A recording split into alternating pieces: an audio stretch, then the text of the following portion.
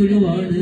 അത് ഏറ്റവും വലിയ വിമോചകനാണ്, ഏറ്റവും വലിയ രാജപാത മനുഷ്യ സമുദായത്തിന് കാട്ടിക്കൊടുത്തോഴാണ്.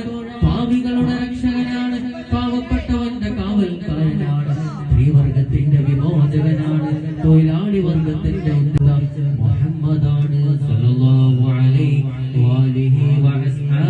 വസല്ലം. ഏത് വിഷയം അവസാനിപ്പിക്കുമ്പോ പരിശുദ്ധ റസൂലിന്റെ ഒരു മന്ദസ്മിതം തിളങ്ങണം കൽബുകളിൽ.